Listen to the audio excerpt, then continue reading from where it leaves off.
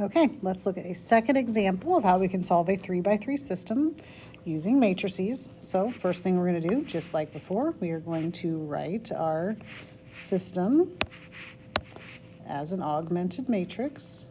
So we're going to have 1, 2, -3, -28, 0, 4, 2, 0, -1, +1, -1, -5.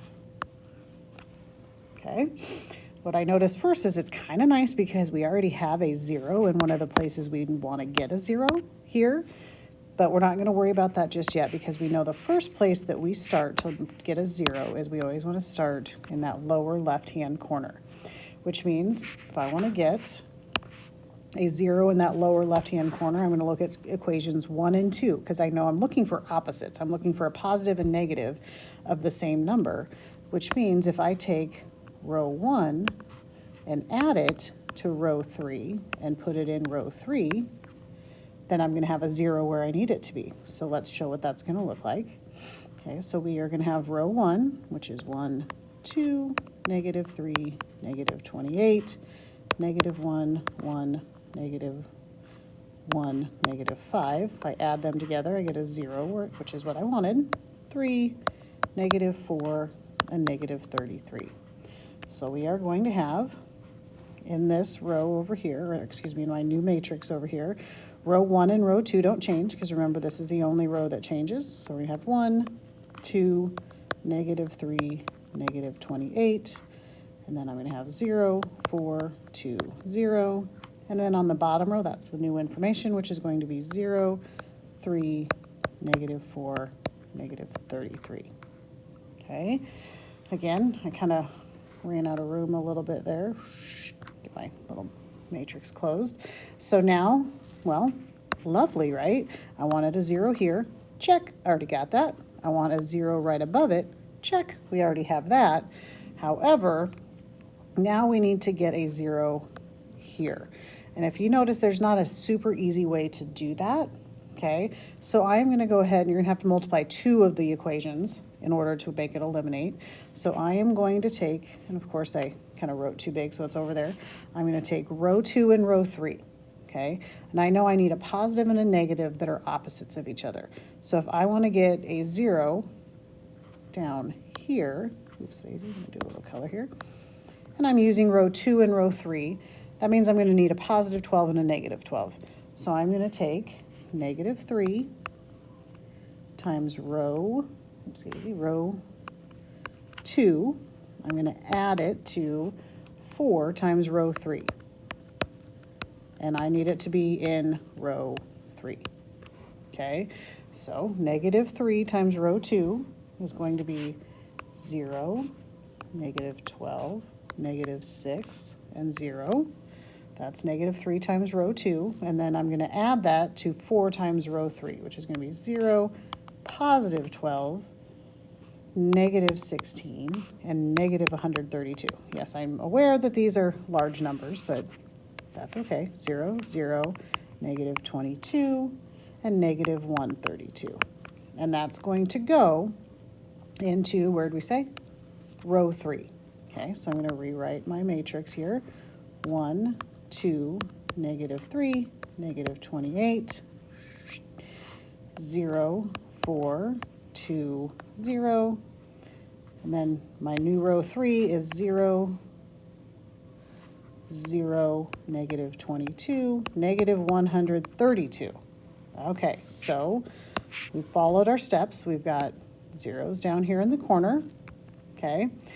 And then we are going to need to get on our diagonal, we are going to want these all to be 1. Okay, well, I already have a 1 in the top left.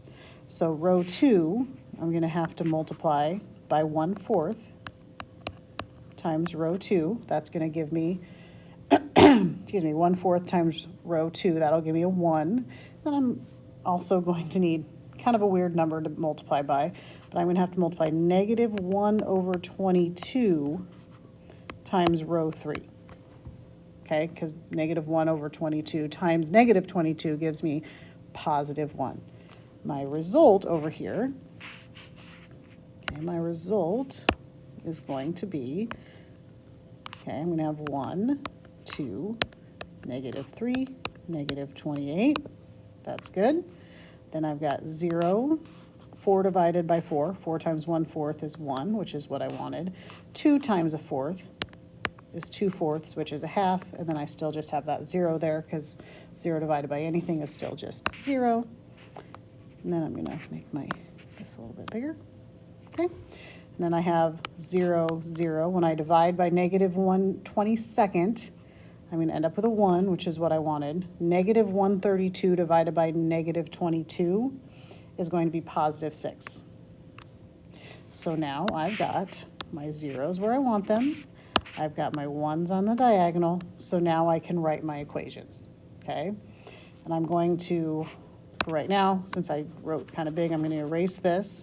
I'm going to write my equations right next to it. So my first row right here is going to be x plus 2y minus 3z equals -28. And then I'm going to have 0x plus y plus 1/2 z equals 0. Then we have 0x plus 0y plus z equals 6. So again, these x's and y's are going to be gone because they're 0.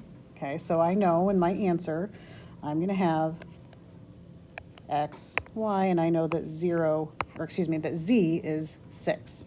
Okay, so now I'm going to substitute, I'm going to back substitute, okay, into the equation right above it. So I'm going to have y plus 1/2 z, which is 6, equals 0. So that's just this equation, except I put 6 in for z. So I'm going to have y plus 3 equals 0. 1/2 times 6 is 0. So y is going to equal -3. Okay, so now we know y is -3. Kind of running out of room, so I'm going to have to go and back substitute one more time up here. I'm going to come back up to my top equation, and I'm going to have x plus 2y, which is 2 times -3, plus 3 times z. Z was 6, equals -28. So we're going to have, I'm kind of working my way backwards just because I've kind of ran out of room here. So I'm going to have x minus 6 plus 18 equals -28, which is going to be x minus 24 equals -28. If I add 24 to both sides, I get x equals -4. I apologize for my running out of room here, but we're going to end up at x equals -4. It's just back substitution. We start at the bottom of our equations, substitute that value into the one right above it, and then we know two variables, and we substitute those two back in to our original equation. Okay, so there's example number 2 in case you needed it.